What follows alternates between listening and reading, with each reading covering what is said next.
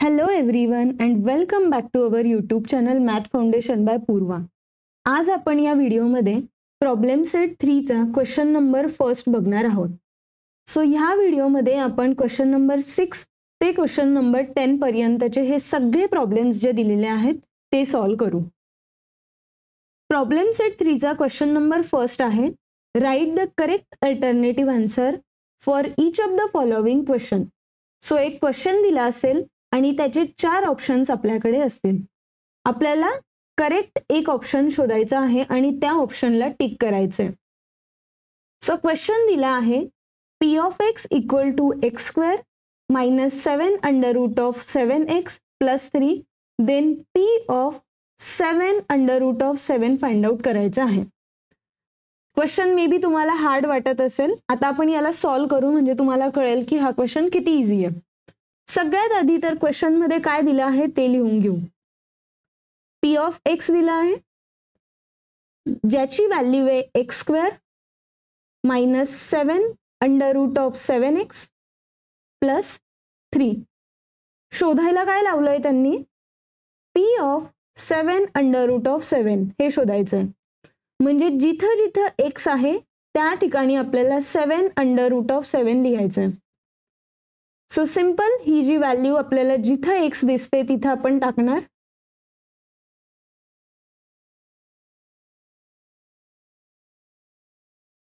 Plus 3. आता काय करणार, हा जो फर्स्ट टर्म आहे याला काहीही नाही करायचं, तो जसं तसं आपण खाली लिहून घेऊ. दिस मल्टीप्लाइड बाय दिस. जर तुम्हाला सांगितलं x मल्टीप्लाइड बाय x तर तुम्ही काय लिहिणार, x स्क्वेअर. सेम मग इथं की हा टर्म मल्टीप्लाइड बाय हा टर्म केलं तर आपण इथं लिहू शकतो का 7 अंडर रूट ऑफ 7 चा स्क्वेअर. यस, कारण दोघं पण टर्म सेम आहे. याला आपण एक x म्हणू शकतो, याला हा दुसरा x म्हणू शकतो आणि आपण यांना मल्टीप्लाय केलं तर x स्क्वेअर येतो आणि हा प्लस 3 इथं आला. परत याला आपण एक x म्हटलं, याला एक x म्हटलं, x मायनस x काय येतो 0 आणि प्लस 3 तसाच आला. सो याचं आन्सर आपल्याला मिळालं 3. आणि आता ऑप्शन मध्ये चेक करा की 3 हा कोणता ऑप्शन आहे. Option A. सो ह्या क्वेश्चनचं आपल्याला ऑप्शन ए हे आन्सर मिळालंय. आता नेक्स्ट क्वेश्चन बघू, ज्याच्यामध्ये विचारलं आहे की when x equal to -1 what is the value of polynomial 2x cube plus 2x. So ह्या क्वेश्चन मध्ये सांगितलं आहे की x ची व्हॅल्यू -1 टाका आणि ह्या पॉलिनॉमियलची व्हॅल्यू फाइंड आउट करायचं. अगेन खूप सिंपल क्वेश्चन्स असतात. सगळ्यात आधी तर आपल्याला जो पॉलिनॉमियल दिला आहे तो लिहून घ्यायचा. सो p ऑफ x लिहिते मी, हा polynomial 2x cube plus 2x. Find out काय करायचं आहे, x इक्वल टू -1. सो जिथं जिथं x दिसतोय तिथं आपण डायरेक्टली काय लिहिणार, -1.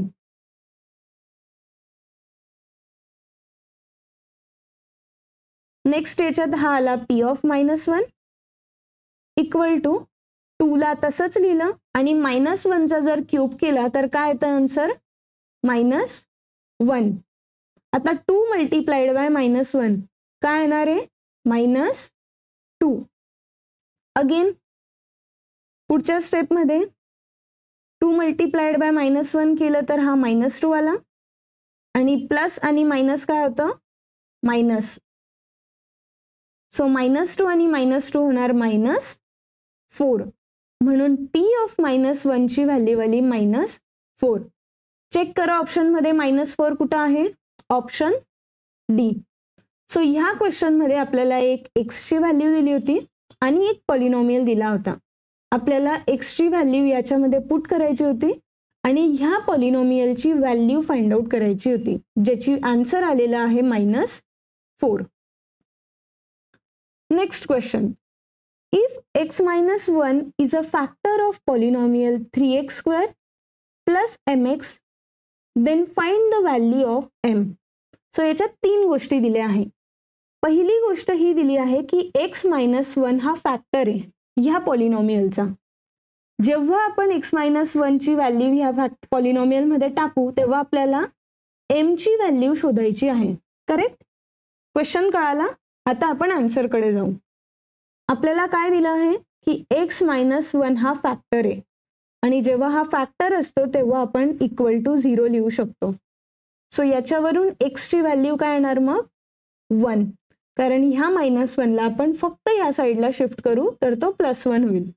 सो इथून आपल्याला एक x इक्वल टू 1 मिळालं. आता काय करणार, जो पॉलिनॉमियल दिला आहे तो लिहून घेऊ. 3x² plus mx. इथं p ऑफ x ची व्हॅल्यू आहे 1 इक्वल टू 3x² म्हणजे 1² प्लस m मल्टीप्लाइड बाय हा जो x आहे याची व्हॅल्यू काय लिहिणार आपण 1. आता p ऑफ 1 ची व्हॅल्यू काय येणार 0. हा 0 मी का लिहिला, कारण क्वेश्चन मध्ये दिलेला आहे की जेव्हा आपण x-1 घेऊ तेव्हा तो फॅक्टर असतो आणि जेव्हा एखादा व्हॅल्यू हा पॉलिनॉमियलची फॅक्टर असते तेव्हा त्याचं जे आन्सर येतं ते 0 येतं. म्हणून p ऑफ 1 इक्वल टू काय येणार मग 0.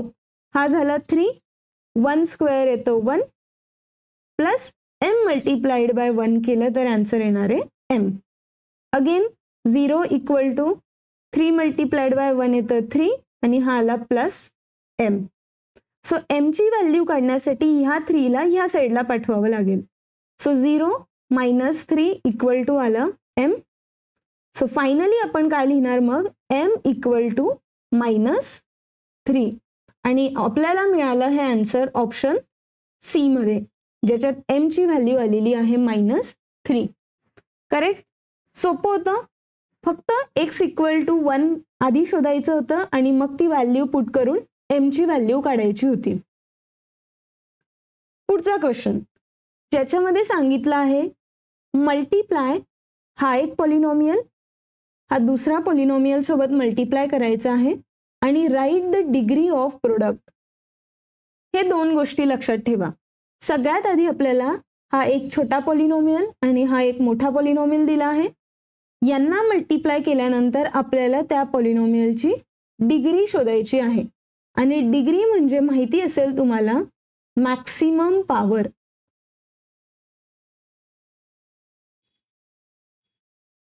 ओके. सो सगळ्यात आधी आपण आता काय करणार की हे जे दोन पॉलिनॉमियल दिले आहेत ते लिहून घेऊ. x² - 3 आणि दुसरा पॉलिनॉमियल आहे 2x - 7x³ प्लस 4. ओके. आता यांना मल्टीप्लाय करण्यासाठी काय करणार, आधी ह्या x² ला आपण या पूर्ण ब्रॅकेटशी मल्टीप्लाय करू.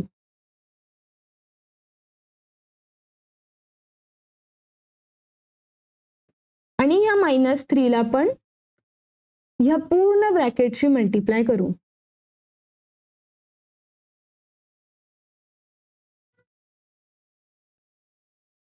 नेक्स्ट स्टेप मध्ये ह्या x² ला प्रत्येक टर्मशी मल्टीप्लाय करायचं. ठीक आहे. सो मी इथे लिहून घेते x² multiplied by 2x minus x² multiplied by 7x³ हा आला प्लस पुढच्या याच्यात x² मल्टीप्लाइड बाय 4. जसं आपण x² ने सगळ्या टर्म्सला मल्टीप्लाय केलं सेम आता हा जो -3 आहे याच्याने आधी ह्या टर्मला मल्टीप्लाय करू. नेक्स्ट -3 ने ह्या टर्मला मल्टीप्लाय करू. सो जिथं निगेटिव्ह साइन असेल तिथं त्याला ब्रॅकेट मध्ये लिहायचं विसरायचं नाही, नाहीतर मग तुमचं जर एकही साइन चुकली तर तुमचं पूर्ण आन्सर चुकू शकतं. आणि लास्ट -3 मल्टीप्लाइड बाय 4. आता आपण याला सॉल्व करणार. x² multiplied by 2x. So काय येणार हा 2x³ minus x² multiplied by 7x³. So इथे येणार 7 एक्स रेस टू ह्या दोघांचं ॲडिशन विच इज 5. नेक्स्ट स्टेपमध्ये 4x² ह्या दोघांचं मल्टिप्लिकेशन होणार -6x. याच्यात मल्टिप्लिकेशन करण्यासाठी आधी ह्यांचं मल्टिप्लिकेशन करू. सो 3 × 7 21. हा x³ आला आणि मायनस आणि मायनस होतो प्लस. 3 × 4 आता 12. सिंपल. इथपर्यंत आलं तर पुढं काहीही करायची गरज नाहीये, कारण याच्या पुढं कॅल्क्युलेशन होणार नाही. आता मल्टिप्लाय तर आपण केलं, पण पुढच्या स्टेपमध्ये शोधायचं होतं की मॅक्सिमम पॉवर कुठली आहे. तुम्हाला आता बघून कळायला पाहिजे की प्रत्येक टर्मची पॉवर कोणती आहे. सो ह्या टर्ममध्ये पॉवर आहे 3, ह्या टर्मची पॉवर आहे 5, 2, 1, ह्या टर्मची पॉवर आहे 3 आणि ह्या टर्मची पॉवर आहे 0. जर तुम्हाला पॉवर ऑफ व्हेरिएबल कसं काढायचं हे माहिती नसेल तर प्लीज आधीचे व्हिडिओ जाऊन बघा आणि मग तुम्हाला कळेल की पॉवर ऑफ व्हेरिएबल कसं फाइंड आउट करायचं. सो आता आपल्याला पॉवर ऑफ व्हेरिएबल तर कळालं. दुसरं काय करायचं आहे आता? मॅक्सिमम पॉवर शोधायची. सो ह्या पूर्ण पॉवर ऑफ व्हेरिएबलमध्ये सगळ्यात मोठी पॉवर कोणती आहे? 5. आणि हा आपल्याला degree of polynomial. So option A is our correct answer. ठीक आहे. सो ह्या क्वेश्चनमध्ये आपल्याला सगळ्यात आधी 2 पॉलिनॉमियल दिले होते, त्यांना मल्टिप्लाय करायचं होतं आणि मग त्यांची डिग्री शोधायची होती.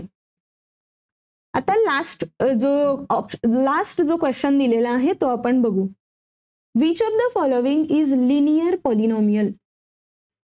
लिनियर पॉलिनॉमियल म्हणजे काय असतो की ज्याची मॅक्सिमम डिग्री किंवा मॅक्सिमम पॉवर म्हणू आपण ती 1 पाहिजे. जर 1च्या पुढे एखाद्या टर्मची किंवा एखाद्या व्हेरिएबलची पॉवर असेल तर तो लिनियर पॉलिनॉमियल येत नाही. म्हणजे इथं पण आपल्याला परत काय काढावं लागेल? प्रत्येक व्हेरिएबलची पॉवर. सो सगळ्यात आधी आपण ऑप्शन ए बघू, ज्याच्यात पहिला टर्म आहे x आणि दुसरा टर्म आहे 5. x ची पॉवर येणार 1, 5 ची पॉवर येणार 0. आता दुसरा ऑप्शन घेऊ, ज्याच्यात टर्म आहे x² आणि 5. सो x² ची पॉवर आहे 2 आणि 5 ची पॉवर आहे 0. तिसरा टर्म बघू, x³ आणि 5 दिलं आहे, ज्याच्यात x³ ची पॉवर येणार 3 आणि 5 ची पॉवर येणार 0. आणि ऑप्शन डी मध्ये दिला आहे x⁴ आणि 5, ज्याच्यात x⁴ ची पॉवर आली 4 आणि 5 ची पॉवर आली 0. आता चेक करा की असा कोणता पॉलिनॉमियल आहे ज्याच्यात मॅक्सिमम म्हणजे सगळ्यात मोठी जी पॉवर असेल ती 1 आहे. फक्त हा आहे, कारण याच्यात पॉवर बघा 2 आली जी 1 पेक्षा जास्त आहे म्हणून हा येणार नाही. याच्यात पॉवर 3 आली म्हणून हा सुद्धा लिनियर पॉवर पॉलिनॉमियल नाही आहे. याच्यात पॉवर आली 4, so this is also not linear polynomial. So option A is our correct answer, ज्याच्यात मॅक्सिमम पॉवर आहे 1 आणि मिनिमम पॉवर आहे 0. मॅक्सिमम म्हणजे काय? तर सगळ्यात मोठी पॉवर आहे आपल्याकडे 1 आणि लहान पॉवर आहे 0. सो याला आपण म्हणू शकतो की हा लिनियर पॉलिनॉमियल आहे. आय होप तुम्हाला आजचा हा व्हिडिओ आवडला असेल. व्हिडिओ आवडला असेल तर याला लाईक करा, चॅनलला शेअर करा आणि सबस्क्राईब करा.